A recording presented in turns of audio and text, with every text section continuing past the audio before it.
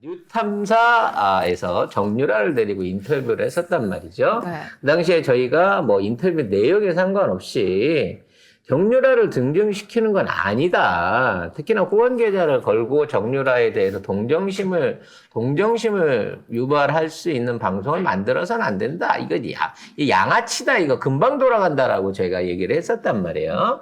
근데 이제 그 당시만 하더라도 정유라가 굉장히 많은 건수를 얘기할 것처럼 미리 이걸 털었어요. 가장 대표적인 게 태블릿 PC 관련된 내용,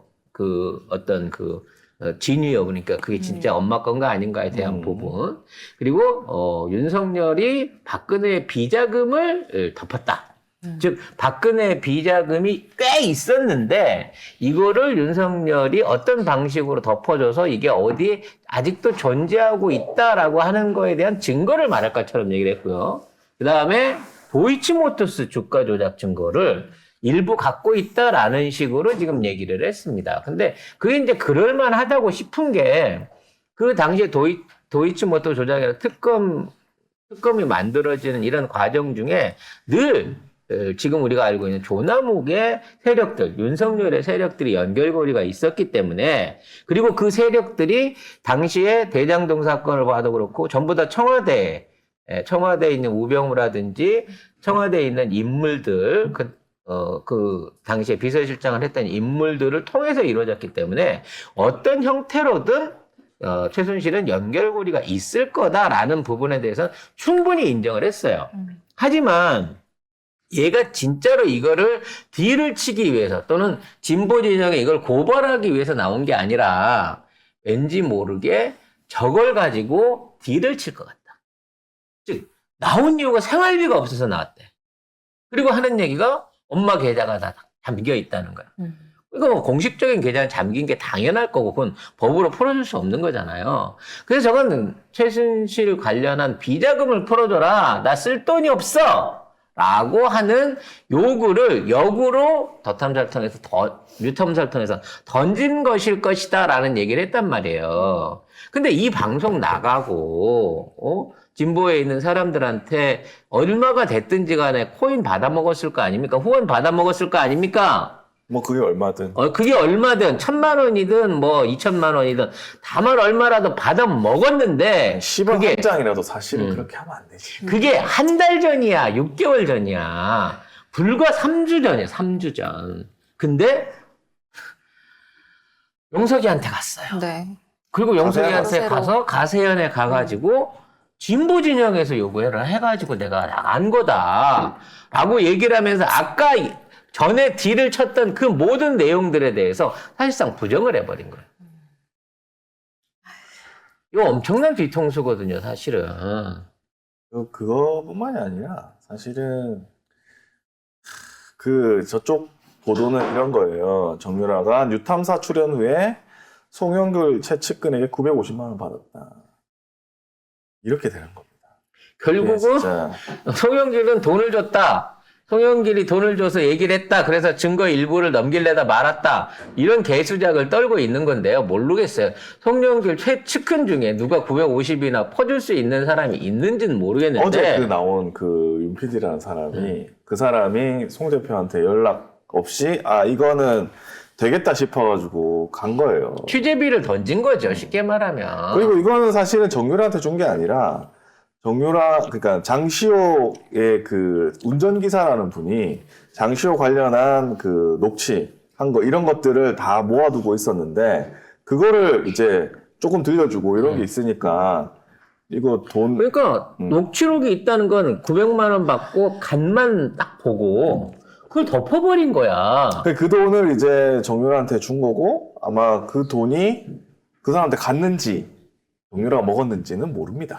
결과적으로 강영석 이쪽에 출연해서 뭐 5억을 받았다는 얘기도 있고 뭐 여러 가지 얘기가 있습니다만 어찌 됐거나 진보에서 간을 봐가지고 저쪽 진영에서 상당한 수준의 돈을 땡기는데 우리 진보 측 방송을 이용한 거예요, 정유라가. 근데 처음에는 이제 그게 태블릿 관련이었고,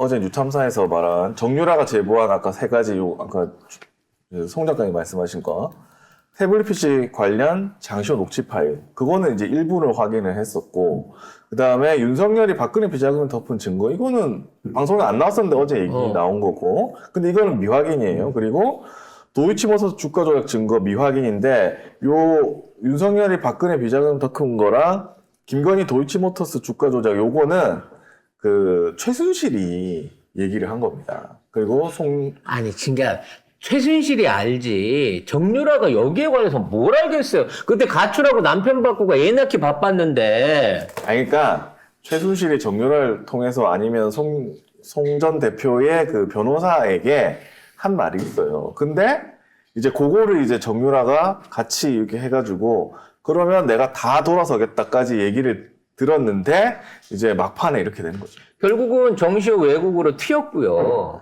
이와 관련된 증거에 대해서는 내놓을 생각이 없는 거예요. 그럼 뭐겠어요? 저쪽에서 정유라 조건을 들어줬다는 얘기 아니야.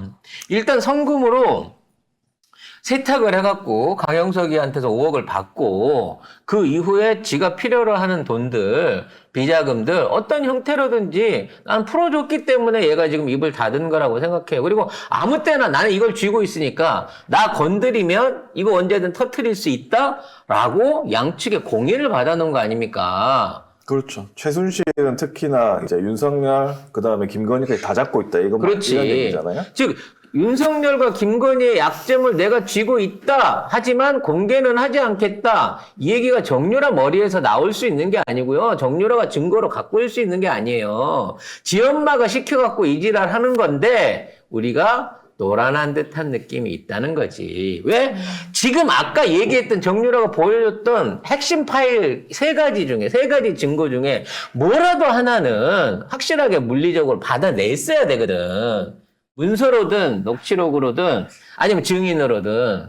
이게 뭐야, 간만 보고 이 새파랗게 어린 년한테. 어? 그래서 사람 봐가면서 써야 된다는 거 아니에요, 결과적으로는. 이거 박지원만큼이나 야비한 짓거리야, 이건 진짜로.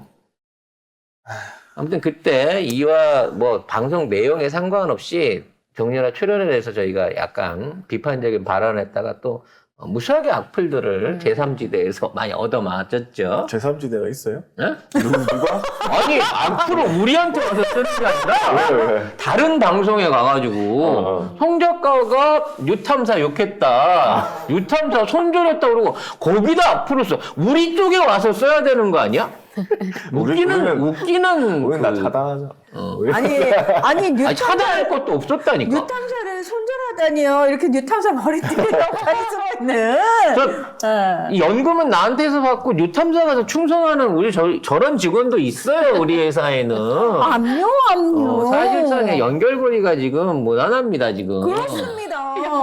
연결고리입니다, 제가. 네. 근데 이제 어제 저는 제 느낌에는 어제 그 방송을 쭉 들어보면은 강준구 기자나 박도영 기자는 만약에 뒤통수를 친다 해도 요런 걸 확인할 수만 있다면 어떤 위험을 감수하고라도 뛰어들어야 된다는 그 기자의 그런 욕심이 있거든요. 그러니까 철저하게 저널리즘적인 입장에서 접근한 거고 기자니까 우리는 사실 평론을 하는 입장이니까 우리는 정치적인 입장에서 이 상황을 판단을 하는 거고 서로 입장이 달라요. 근데 결과적으로 상도이가 없어. 상도이가. 누가 진짜. 상도이요? 정유라가. 저쪽 인간들이 상도이 있는 인간 있나? 아니 잠깐만.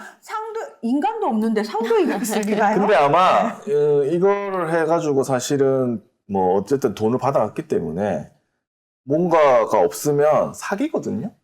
아마 요거 법적 책임을 지거나 해서 이걸 알아내야 될 수밖에 없는 상황이 올 것 같아요, 제가 보기엔. 근데 박 의사님 말씀하신 것처럼 이미 예상했죠. 맞아요. 저희 다 예상하고 있었고. 근데 이렇게 빠를 줄은 몰랐어.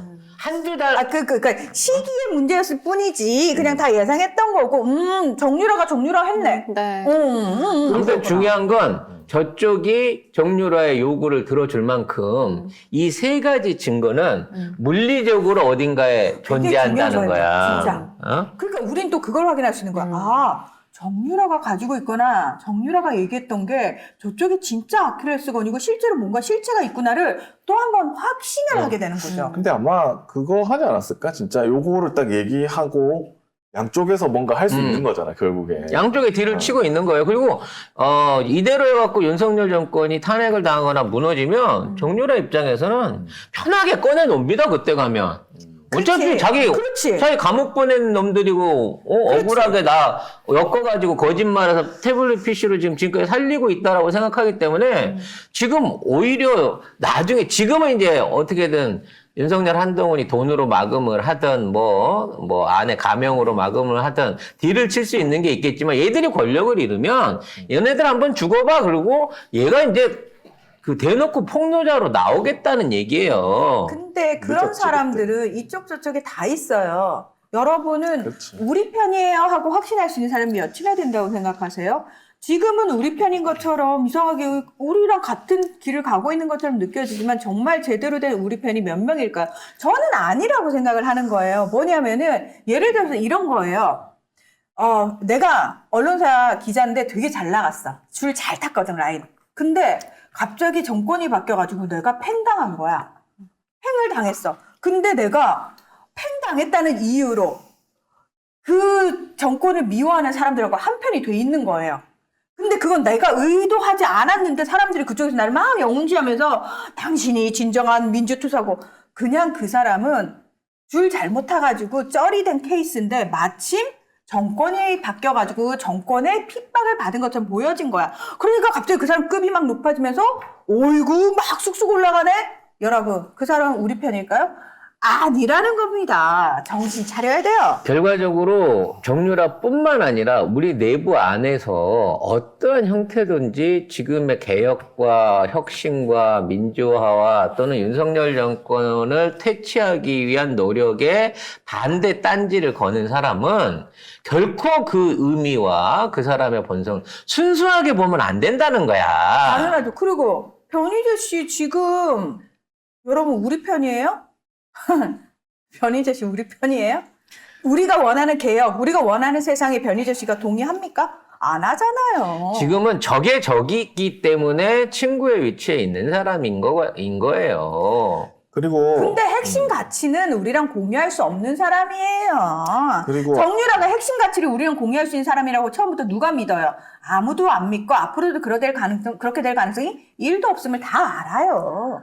그리고 그 녹취 가능성 뭐 이런 거는 늘 뭐 강지훈 기자나 박정 기자나 저 취재진에서 늘 생각하고 얘기를 하기 때문에 이런 녹취는 안 나오고 대신에 이제 그때 돈 줬다는 그분하고 그다음에 그 변호사 쪽에서 송영길 대표 쪽하고 만나고 싶다는 그런 거가 잘 안 됐고, 그 다음에 나중에는 이 최순실 측에서는 이재명 대표를 만나게 해달라 뭐 이런 식으로 얘기를 했는데 그게 안 되니까 여기서는 설득을 해야 되니까 사람들이 이재명 대표를 막 욕하고 민주당 욕하고 이런 게 있었나 봐요.